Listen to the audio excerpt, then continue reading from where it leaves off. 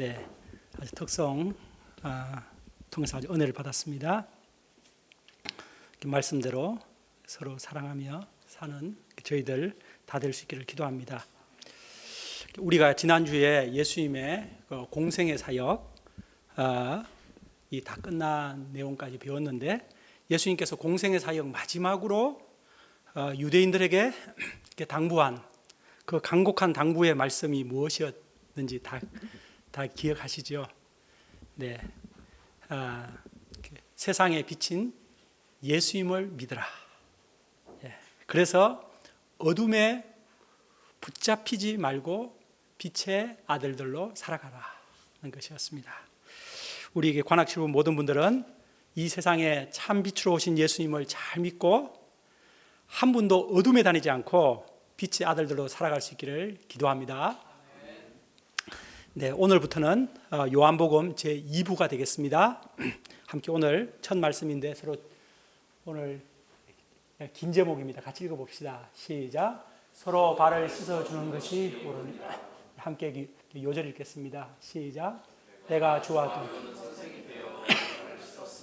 너희도 서로 발을 씻어주는 것이 옳으니라. 네, 그럼 제가 기도하겠습니다. 고마우신 하나님 아버지, 저희들을 예수님의 그 십자가 보배 피로 죄 사함을 주시고 구원하시고 우리 하나님의 자녀가 되게 하셔서 이렇게 매주마다 우리 하나님께 나와 예배하는 이 세상에서 가장 복된 삶을 살아가게 하시니 감사합니다. 주님, 저희들 이제 요한복음 1부가 끝나고 오늘부터 2부가 나가게 됩니다. 주님께서 정말 2부의 아주 주옥 같은 말씀들 또 저희 심령에 새겨주시기를 간절히 기도합니다. 우리 주님께서 이 시간 이렇게 주의 성령께서 우리 각 사람의 심령과 함께 하시고 그 심령을 환하게 밝히시고 우리 주 예수님의 말씀 또 우리 주 예수님의 그 삶을 잘 배우는 시간 될 수 있도록 주의 성령께서 은혜를 주시옵소서.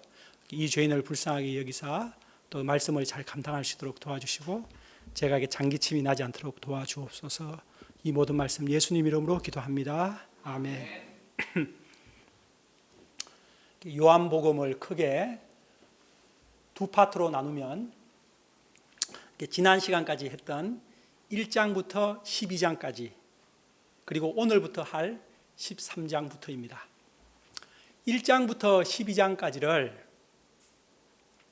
한 단어로 표적의 책이라고 하고 13장부터를 영광의 책이라고 합니다. 이게 표적의 책이라는 것은 이해가 되죠. 그런데 영광의 책이라고 한 것도 여러분들께서 이제 충분히 이해하실 것입니다. 예수님께서는 십자가의 죽으심을 영광이라고 늘 표현해 오셨기 때문입니다.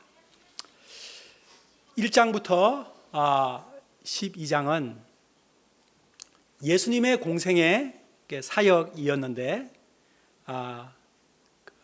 7개의 표적과 그 표적 후에 유대인들과의 치열한 문답 형식으로 되어 있었습니다. 우리는 예수님께서 행하신 표적들을 통해서도 믿음이 많이 생겼지만 저의 경우 특히 예수님께서 유대인들과의 그 치열한 논쟁을 통해서 자신이 누구신지 분명하게 계시하시는 것을 통해서 제가 예수님을 더 깊이 새롭게 배우는 큰 은혜가 있었습니다. 여러분들은 어떠신지요? 오늘 13장부터는 예수님께서 이제 공생의 사역을 마무리하신 후 제자들에게 고별 설교를 하시고 십자가의 길을 가시는 내용입니다. 특히 13장부터 17장까지를 다락방 강화라고 합니다. 이는 예수님께서 십자가에 죽으시기 전날 밤 마가의 다락방에서 최후의 만찬을 제자들과 하시면서 그들에게 남기신 보석 같은 말씀들이기 때문입니다. 이 말씀들이 마태복음, 마가, 누가복음 그 세 복음서에는 전혀 기록되어 있지 않습니다. 정말 주옥 같은 말씀들이 이곳에 담겨 있습니다. 이 말씀들을 통해 예수님은 이 땅에 남아있는 제자들이 앞으로 어떤 공동체를 이루어야 하는지를 자세히 말씀해 주셨습니다. 오늘 그 첫 번째 내용으로서 예수님께서 최후의 만찬 자리에서 제자들의 발을 씻어 주신 내용입니다. 이를 통해 예수님은 제자들이 서로 간에 동력자 간에 어떠한 관계가 되어야 하는지를 친히 몸으로 보여주셨습니다. 이 시간 말씀을 통해서 예수님께서 우리 각자에게 또 우리 관악 7부 공동체에 주시는 메시지를 깊이 있게 받아들일 수 있기를 기도합니다. 1절을 같이 읽어보겠습니다. 시작. 유월절 전에 예수께서 자기가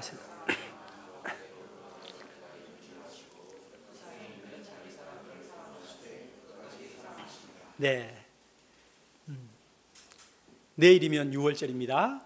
곧 예수님은 내일이면 유월절 어린 양으로 십자가에 못 박혀 죽으십니다. 사람이 자신의 죽음이 현실로 닥치면 내가 내일 죽는다, 그렇게 생각을 한번 해보십시오. 그러면 남을 생각할 여력이 없습니다. 그러나 예수님은 죽음을 앞둔 상황에서도 제자들을 사랑하셨습니다.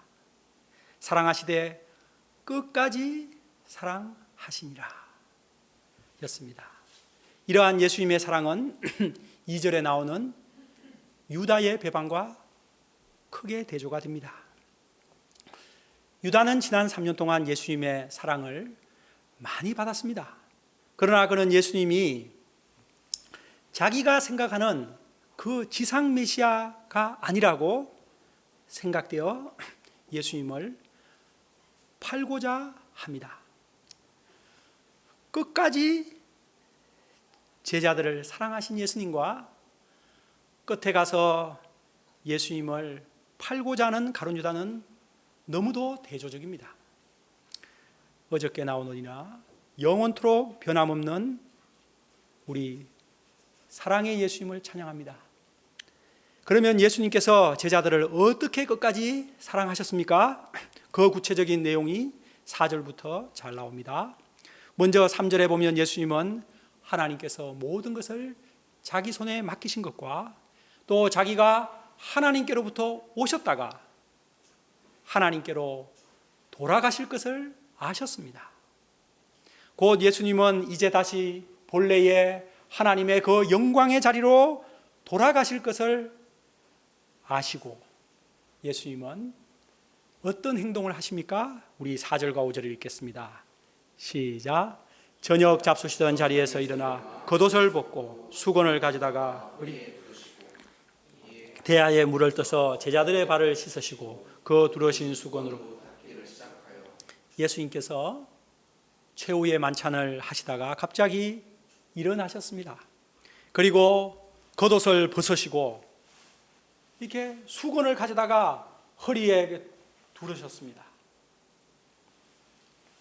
그리고 대야에 물을 담아 오시더니 제자들의 발을 하나씩 씻어주시는 것이 아닙니까? 그리고 수건으로 발을 일일이 닦아주셨습니다. 제자들은 어리둥절했을 것입니다. 거기에 사진 좀 띄워주시기 바랍니다. 이 장면은 유대교 문화에 익숙한 제자들에게는 실로 충격적인 장면이 아닐 수가 없습니다. 네, 여기 지금 앉아 있는 사람이 누군지는 정확하게 모르겠네요. 누구 같습니까? 우리 두기고 목사님 베드로 같다고 했습니다. 어쨌든 이렇게 허리를 숙이시고 씻어주시는 분은 예수님이십니다. 유대인들 문화에서는 집안에 들어올 때 그 정결 예식용 돌 항아리가 있어서 그곳에서 스스로 자기 셀프로 자기 발과 손을 씻는 와싱 세레모니를 했다고 합니다. 하지만 때로는 종이 주인의 발을 씻어주는 경우가 있었습니다. 그러나 그 경우에도 유대인은 아무도 종이 될 수 없고 자유민이다, 하여 이방인 종이 씻어주도록 했다고 합니다. 왜냐하면 발을 씻어주는 일은 사람이 하는 일 중에 가장 낮은 자가 하는 일이었기 때문입니다. 이것은 거의 우리가 세례 요한이 내가 예수님의 신발끈을 풀어드리기도 감당할 수 없다 한 것과 약간 비슷한 것 같습니다. 그런데 가장 낮은 사람이 하는 그 일을 예수님께서 하고 계신 것입니다. 모든 제자들이 예수님의 이 행동에 충격을 받았을 것입니다. 아주 쇼킹을 받았을 것이에요. 그러나 지켜볼 뿐 감히 말을 하지 못하고 있었습니다. 그런데 이 사람이 베드로라고 한다면 베드로가 자기 차례가 되자 한마디 했습니다. 주여, 주께서 내 발을 씻으시나이까? 베드로는 종이 하는 일을 예수님이 하시는 것이 도저히 이해가 되지 않았고 또 용납할 수가 없었습니다. 이런 베드로에게 예수님은 무엇이라고 말씀하십니까? 우리 7절을 읽어보죠. 시작. 예수께서 대답하여 이르시되 내가 하는 것을 내가. 예수님은 베드로가 지금은 알지 못하지만 이후에는 알 것이라고 하셨습니다. 여기서 이후에란 예수님께서 내일 십자가에 잡혀 죽으시고 또 3일 후에 부활하시고 성천하신 후에 성령께서 오셔서 예수님의 이 모든 사역들의 의미를 밝히 깨닫게 해 주실 때를 말합니다. 그때는 베드로가 예수님께서 왜 자신의 발을 씻어 주셨는지를 확실하게 알게 됩니다. 그러나 베드로는 그것을 지금은 알지 못하기 때문에 고집을 부립니다. 내 발을 절대로 씻길 수 없나이다. 베드로는 완강했습니다. 그러자 예수님께서 무엇이라 말씀하십니까? 8절입니다. 읽어보죠. 시작. 베드로가 이르되 내 발을 절대로 씻지 못하시리다. 예수께서 대답하시되 내가 너를 씻어주지 아니하면 내가 너와 상관이 없나이다. 여기서 상관이라는 말은 관계가 상관이 없다, 관계가 없다, 분깃이 없다라는 뜻입니다. 한마디로 씻음을 받지 않으면 예수님과 전혀 관계가 없는 사람, 남남이 된다는 뜻입니다. 또 하나님 나라에서 예수님과 함께 받을 그 분깃, 몫이 없다는 말입니다. 유업이 없게 된다는 뜻입니다. 상관이 없다는 말에 베드로는 충격을 받았습니다. 그래서 180도 태도를 확 바꾸어서 말합니다. 9절입니다. 주여, 내 발뿐 아니라 손과 머리도 씻겨 주옵소서. 베드로는 예수님의 씻김 받는 것이 예수님과 관계를 맺는 것이라면 자신의 머리까지도 감겨달라고 말하고 있습니다. 샤워도 해주고 목욕도 해달라는 것입니다. 참 베드로가 재미있지 않습니까? 참 베드로가 참 이런 점에서 아주 사람이 순수하고 아주 멋있는 것 같아요. 이처럼 베드로는 예수님과의 관계에 있어서는 누구보다도 최고가 되고 싶어 하였습니다. 예수님과의 관계에 있어서는 우리말로 절친, 베퍼가 되고 싶었던 것입니다. 여러분들도 그렇게 되시기 바랍니다. 예수님과의 관계에 있어서는 베스트 프렌드, 최고가 되시기 바랍니다. 이런 베드로에게 예수님은 무엇이라고 말씀하셨습니까? 10절을 읽죠. 예수께서 이르시되 시작. 예수께서 이르시되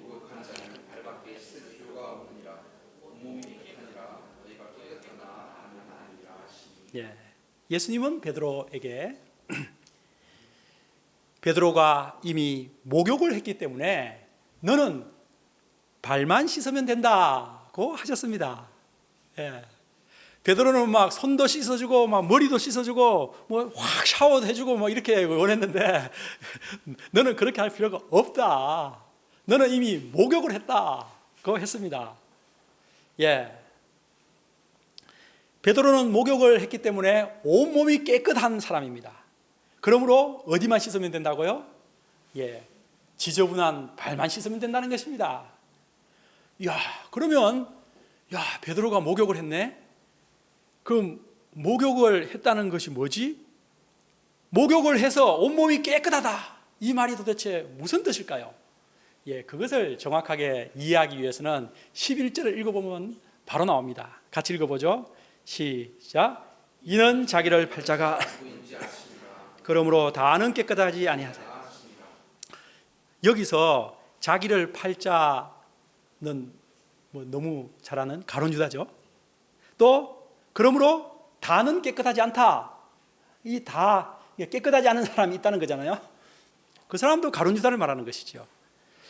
그러니까 우리가 이제 이해가 탁 됩니다. 가룟 유다는 깨끗하지 않은 사람. 예. 그럼 베드로와 이제 11제자는 깨끗한 사람. 이렇게 딱 생각을 할 수가 있습니다. 가룟 유다 한 사람과 다른 11명의 제자의 차이가 무엇입니까? 그것은 바로 목욕을 한 차이입니다. 가룟 유다는 목욕을 하지 않아서 깨끗하지 않은 사람이고 나머지 11명의 제자는 목욕을 했기 때문에 깨끗한 사람이라는 것입니다. 이를 통해 우리는 목욕의 의미가 정확하게 무엇인지 캐치할 수가 있습니다. 목욕은 곧 예수님을 자신의 구주 그리스도로 마음으로 영접하는 것을 목욕이라고 하는 것입니다. 그래서 근본적으로 예수님을 통해 죄사함을 받고 하나님의 자녀가 되는 것을 말합니다. 이것을 어려운 말로 거듭남, 중생, 회심 이렇게 말하죠. 주는 그리스도시요 살아계신 하나님의 아들이시니이다 라고 베드로가 신앙 고백을 하였을 때 베드로는 나머지 제자들을 대표로 해서 신앙 고백을 한 것이었고 그 제자들은 총 11명이었습니다. 그러나 가룟 유다만은 그렇지 않았습니다. 그는 예수님을 구주로 마음으로 영접하지 않았습니다. 그는 12제자들과 섞여 살았지만 근본 마음이 달랐습니다. 그래서 그는 지금 무엇을 하고자 합니까? 예수님을 종교 지도자들에게 돈을 주고 팔아버리고자 합니다. 예. 자, 이제 목욕의 의미를 알았으니 이제 발을 씻는다는 것의 의미가 무엇인지 한번 생각해 보겠습니다. 발을 씻는다. 예. 이것은 목욕을 한 사람이 밖으로 돌아다니게 되면 발이 지저분한 상태로 돌아오게 됩니다. 예. 곧 하루하루 살면서 우리가 짓는 죄들을 씻음받는 것, 그것이 발을 씻는 것입니다. 우리가 예수님을 구주로 영접하고 하나님의 자녀가 되었다고 하더라도 우리는 살아가면서 다시 죄를 지을 때가 있습니다. 죄를 전혀 안 짓고 사는 사람은 한 명도 없습니다. 예. 우리가 예수님을 믿는 순간 바로 성자가 되는 것이 아닙니다. 천사가 되는 것이 아닙니다. 예. 여전히 우리는 죄를 지을 수밖에 없는 연약한 존재입니다. 그러므로 우리는 그 하루하루 살면서 짓는 죄들을 예수님 앞에 내려놓고 씻음받는 것, 그것이 바로 발을 씻음받는 것입니다. 우리가 구원을 받았지만 구원을 받았다고 죄악된 본성이 다 사라져 버리는 것이 아닙니다. 최선을 다해서 신앙생활을 해도 뒤돌아보면 허물과 죄가 참 많습니다. 그러므로 날마다 주님의 십자가 앞에 나아가 우리는 발을 씻는 생활, 죄 씻음의 생활을 해야 하는 것입니다. 어떤 이단은 한번 죄사함 받으면 더 이상 회개할 것이 없다 그러는데, 그래서 이단인 것이죠. 예수님은 발을 다 씻어 주신 후에 다시 겉옷을 입으시고 자리에 앉으셨습니다. 그리고 제자들에게 말씀하셨습니다. 내가 너희에게 행한 것을 너희가 아느냐? 여러분은 아십니까? 예수님이 지금 한 행동의 의미를 아십니까? 예수님은 자기가 제자들의 발을 씻어주신 것의 의미를 설명하십니다. 우리 13, 14절 읽겠습니다. 시작. 너희가 나를 선생이라 또는 주라 하니 너희 말이 옳도다. 내가 너희 발을 씻었으니 너희도 서로 발을 씻어주는 것이 옳으니라. 예수님은 제자들에게 있어 선생님이며 주님이 되십니다. 그러므로 예수님은 세상의 원리로 본다면 제자들로부터 높임받고 섬김받아야 하시는 분이십니다. 제자들이 도리어 예수님의 발을 씻어 드려야 합니다. 그런데 도리어 예수님께서 제자들의 발을 씻어 주셨습니다. 종이 되어 섬기셨습니다. 선생이요 주가 되신 분이 종이 되어 제자들의 발을 씻어 주시다니, 이런 세상 그 어디에도 찾아볼 수 없습니다. 여러분은 공자가 자기 제자들의 발을 씻어 줬다는 얘기를 들어봤습니까? 저는 논어나 사서 많이 읽었는데 없어요. 석가모니가 자기의 제자들의 발을 씻어 줬다는 얘기 들어봤습니까? 없습니다. 인류 역사 모든 인물을 다 통틀어 살펴봐도 이런 예는 없습니다. 있으면 저한테 예배 끝나고 말씀해 주십시오. 오직 예수님 한 분만이 주와 선생이 되셔서 제자들의 발을 씻어 주셨습니다. 이는 정확하게 말하면 거룩하신 영광의 하나님께서 비천하고 냄새나는 죄인의 발을 씻어 주신 것입니다. 예수님은 내일 십자가에서 물과 피를 쏟으심으로 그 일을 행하십니다. 그러면 왜 지극히 높으신 예수님께서 제자들의 발을 씻어 주신 것일까요? 그 이유를 예수님은 15절에서 설명합니다. 같이 읽을까요? 시작. 내가 너희에게 행한 것 같이 너희도 행하게 하려 하여. 네. 예수님은 제자들이 예수님과 똑같이 할 수 있도록 제자들에게 본을 보여주셨다고 했습니다. 여러분, 본이라는 말은 본보기의 그 줄임말인데, 그 일의 처리법을 어떻게 하는지 실제로 미리 보여주는 것이라고 국어사전에 정의가 나와 있습니다. 여러분, 100번의 말보다 한 번에 무엇이 더 힘있다고 하죠? 본입니다. 100번 말로 가르치는 것보다 한 번의 본을 보여주는 것이 훨씬 파워풀하다는 것입니다. 네. 그렇습니다. 예수님은 제자들이 영원히 잊혀지지 않도록 친히 몸으로 본을 보여주셨습니다. 본을 보이시기 위해 친히 종처럼 허리를 굽히시고 저렇게 제자들의 발을 일일이 씻어주셨고 또 수건으로 닦아주셨습니다. 저 일이 오늘날 문화에서는 그렇게 충격적으로 보이지 않겠지만 2000년 전의 그 고대 문화에서 그것은 샤킹 그 자체입니다. 있을 수 없는, 왕이 어느 초가집에 가서 초가집에 어떤 아이의 발을 씻어주는 그런 것을 상상할 수 있겠죠. 있을 수 없는 일입니다. 제자들은 지금 예수님의 이 행동을 이해하지 못해서 어리둥절해 하고 있지만 나중에 예수님의 이 행동을 깨닫고 깊이 감격하여 울었을 것입니다.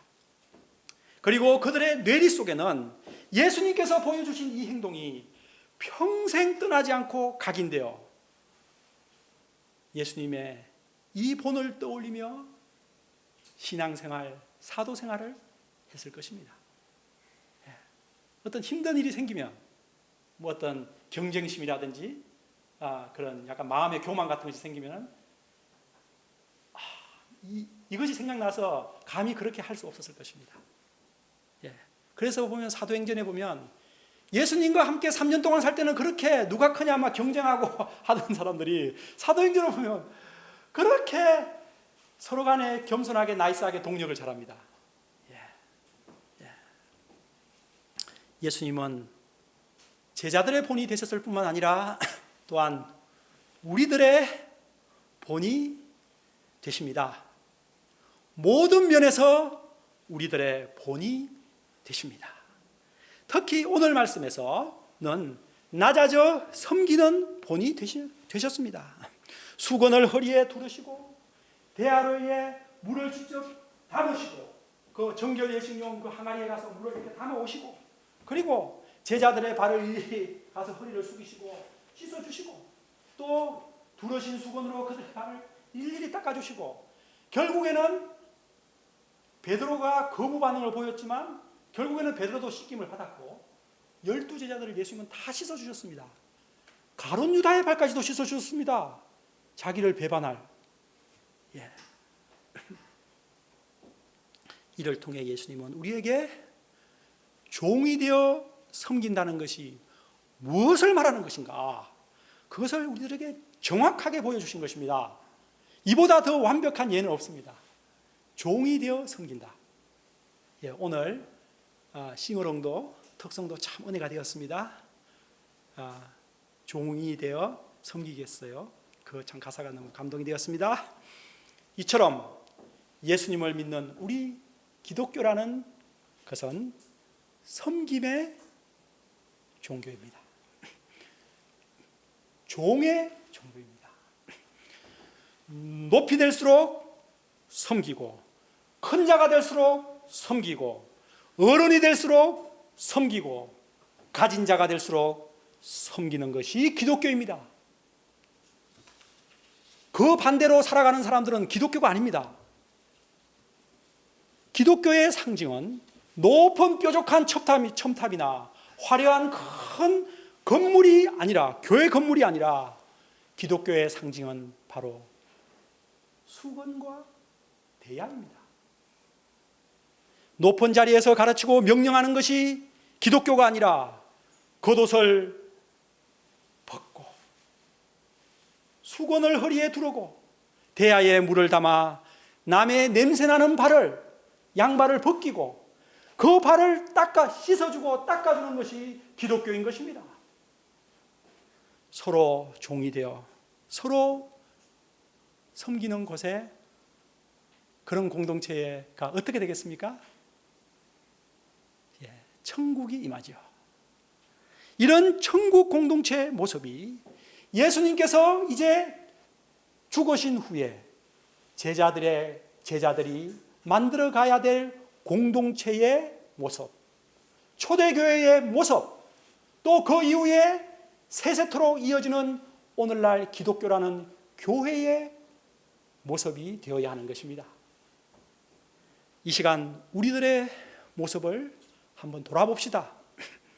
우리는 예수님을 통해 모두 깨끗하게 된 사람들입니다. 목욕하신 분들입니다. 곧 예수님의 참 제자들이십니다. 우리 중에는 가룟 유다가 아무도 없습니다. 예수님을 자신의 구주로 다 영접하신 분들입니다. 그러므로 우리는 우리의 선생님이며 주님 대신 예수님을 따르는 예수의 제자가 되어야 합니다. 종처럼 낮아져 동력자들을 섬기는 사람이 되어야 합니다. 예수님은 우리들에게 서로 발을 씻어주라고 하셨습니다. 이 말씀은 남겨지는 제자 공동체, 곧 교회 공동체에게 주신 말씀입니다. 그러므로 우리는 복음 안에서 동력자된 형제 자매들의 발을 서로 씻어 주어야 합니다. 먼저는 가정교회에서, 가정교회를 이룬 부부 사이에 서로 발을 씻어 주어야 합니다. 남편은 아내의 발을, 아내는 남편의 발을 씻어 주는 것입니다. 언니는 동생의 발을, 동생은 언니의 발을 씻어 주는 것입니다. 그리고 부모는 자녀의 발을 씻어 주는 것입니다. 그리고 교회 안에서, 우리 관악칠부 안에서 다른 동력자들의 발을 씻어 주는 것입니다. 제가 종길 목자님의 발을 씻어 드리고 종길 목자님은 저의 또 발을 씻어 주는 것입니다. 예수님을 생각할 때 특히 어른인 사람, 선배인 사람, 연장자가 먼저 발을 씻어주는 것이 순리적으로 아주 좋습니다. 꼭 그렇게 해야 된다는 건 아니지만 우리나라 문화에서는 특히 이게 위계질서라는 것이 아직까지 남아있기 때문에 그렇게 연장자요 어른이 먼저 씻어주는 분위기가 되면 자연스럽게 서로 발을 씻어주는 분위기가 되는 것입니다. 그렇다고 해서 젊은 사람이 그 연장자를 씻어주지 먼저 씻어주지 말라는 법도 없습니다. 교회에서는 서로가 서로를 씻어주는 것입니다. 서로 종이 되어 섬기는 분위기가 된다면 그 공동체는 가장 행복한 공동체가 되는 것입니다. 그것에 대해 예수님께서 16절과 17절에서 말씀하신 것입니다. 우리 같이 읽겠습니다. 시작. 내가 진실로 진실로 너희에게 종이 주인보다 크지 못하고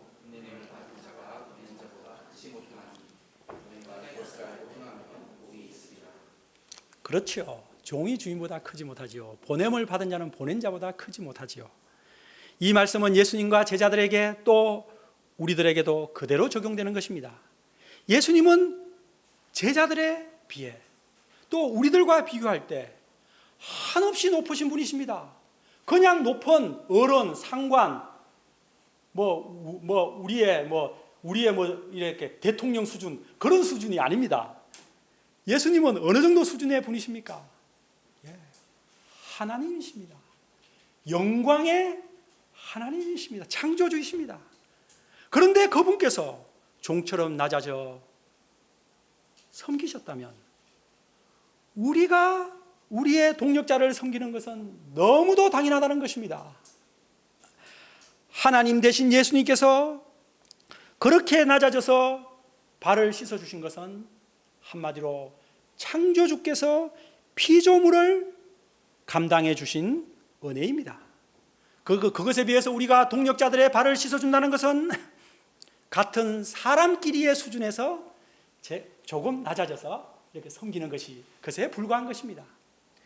지극히 높으신 하나님이신 예수님께서 종이 되어 섬기신 것을 생각해 보십시오. 그러면 내가 동력자들에게 조금 낮아져서 동력자들을 섬기는 일은 너무도 작은 일이 되는 것입니다. 예수님께서 그 일을 하시는데 내가 이 일을 하는 것은 한편으로 황송한 것입니다. 은혜인 것입니다. 왜냐하면 그것은 예수님을 본받을 수 있는 기회요. 내가 하나님 대신 예수님을 조금이라도 흉내낼 수 있는 것이라고 볼 수 있습니다. 이것은 감히 내가 그런 일을 한다는 것 자체가 은혜 위에 은혜인 것입니다. 그래서 그것을 알고 행하는 사람은 복이 있다는 것입니다. 그러니까 그 사람 안에는 종처럼 낮아져서 섬기는 것이 전혀 힘들 이유가 없는 것입니다. 감격하면서 그걸 기뻐서 하게 되는 것이죠. 여기서 알고 행하면 복이 있다. 이 복이 우리가 마태복음 8복에 나오는 그 복, 마카리오스와 같은 단어입니다. 지극한 행복, 최상의 행복, 천상의 행복을 말하는 것입니다. 그러므로 우리가 예수님을 본받아 종이 되어 남을 섬길 수 있다는 것은 최고의 행복을 체험하는 것이 되는 것입니다. 서로 낮아져서 종이 되어 남을 섬기는 곳에 지극한 행복, 천국이 찾아오는 것입니다. 여러분 이것을 맛보고 싶지 않습니까? 그럼 동력자를 동력자들을 그렇게 섬기면 됩니다. 우리 관악칠부가 이런 행복을 모두 체험하는 공동체가 되기를 기도합니다. 낮아져 종이 되어 서로를 섬기는 공동체. 그래서 예수님께서 원하신 지극한 행복을 체험하는 공동체 될 수 있기를 기도합니다. 이제 끝으로 발을 씻어주는 것이 구체적으로 그럼 현실적으로 어떻게 적용되는지를 한번 어플리케이션을 해보고 이렇게 말씀을 이렇게 맺고자 합니다. 예수님께서 이제 발을 씻어 주신 것을 구체적으로 이제 적용해 보겠다고 해가지고 오늘 이제 예배 끝나고 오늘 이제 그 점심 먹고 나서 이제 막 대야 다 저쪽에 가가지고 시장에서 대야 한 10대 사와가지고 둘씩 짝 지어가지고 발을 씻어준다든지 아니면 이렇게 집에 가가지고 동력자 앉아봐 내가 씻어줄게 해가지고 그리고 발을 씻어줄 수 있을 것입니다. 그리고 얘들아 앉아봐라 아빠가 너희들 지금까지 힘들게 했는데 널 씻어줘야겠다 하면서 그런 퍼포먼스 한 번쯤 하는 거 아주 좋다고 생각합니다. 그리고 교회 수양에서는 그런 거를 한 번씩 이렇게 세레모니를 합니다. 그런데 발을 씻어주는 것은 그렇게 해주고 나서 또 서로 싸우고 그렇게 하면 안 되죠. 예, 발을 씻어주는 것의 정확한 의미를 알고 있어야 됩니다. 그것은 이미 앞에서 다 설명이 나왔습니다. 예수님께서 목욕을 시켜줬고 첫 번째, 두 번째 발을 씻겨준다는 말이 무엇인지 우리가 다 배웠습니다. 상대방의 매일매일의 그런 허물들을 감당해 주는 것을 말하는 것입니다. 목욕이 예수님을 구주로 영접하는 것이라면 발을 씻는 것은 하루하루 살면서 더러워지는 허물과 죄를 씻는 것이라고 배웠습니다. 예수님은 우리의 허물과 죄를 날마다 씻어 주십니다. 그처럼 우리가 동력자들 사이에 서로의 허물과 죄를 언제나 용서해 주는 것을 바로 발을 씻어 주는 것이라고 할 수가 있겠습니다. 사람은 원거리 미인이다 라는 말을 들어보셨습니까? 예, 잘 아는 내용이죠. 멀리서 보면 다 미인이다 라는 뜻인데 가까이서 가서 보면 그렇지 않다는 뜻입니다. 사람은 가까이 지내게 되면 그 사람의 허물이 보입니다. 허물이 그것도 더 가까이 지낼수록 더 쌩쌩하게 보입니다. 나 너 그런 줄 몰랐어 할 정도로. 예, 우리 관악칠부도 마찬가지입니다. 우리 관악칠부도 허물이 없는 사람이 없습니다. 세상에 완벽한 사람은 없습니다. 그분은 예수님밖에 없습니다. 그러므로 우리는 어떻게 살아야 합니까? 남의 허물이 보인다고 그 허물을 비난하고 판단하고 그렇게 하며 살아야겠습니까? 예수님은 우리가 서로의 허물을 감당해주는 공동체가 되라고 하시는 것입니다. 상대방의 냄새나는 발을 씻어주라고 하시는 것입니다. 서로의 허물과 죄를 용서해주는 공동체, 우리 관악칠부가 그런 교회가 되기를 주님은 원하십니다. 세상은 그렇지 않습니다. 허물과 죄를 비난하고 정죄하고 들추기에 바쁩니다. 그래서 세상의 그런 가십 뉴스들을 너무 많이 보지 마십시오. 예. 그래서 세상에서는 사람들이 늘 긴장하고 피곤하고 쉼이 없습니다. 그런 사람들이 우리 교회에 와서 서로 발을 씻어주는 은혜로운 모습을 볼 때 얼마나 감동이 되겠습니까? 쉼이 되겠습니까? 우리 관악칠부가 그런 교회가 될 수 있기를 기도합니다. 우리 관악칠부교회는 예수님처럼 서로의 발을 씻어주는 공동체, 냄새가 나지만 그를 판단 정지하지 않고 서로 씻어주는 공동체, 서로의 허물과 죄를 사랑으로 용서하는 그런 예수님께서 정말 기뻐하시는 공동체 되기를 기도합니다. 제가 기도하겠습니다. 이렇게 감사하신 하나님 아버지, 주와 선생이 되시면서도, 지극한 영광의 하나님이 되시면서도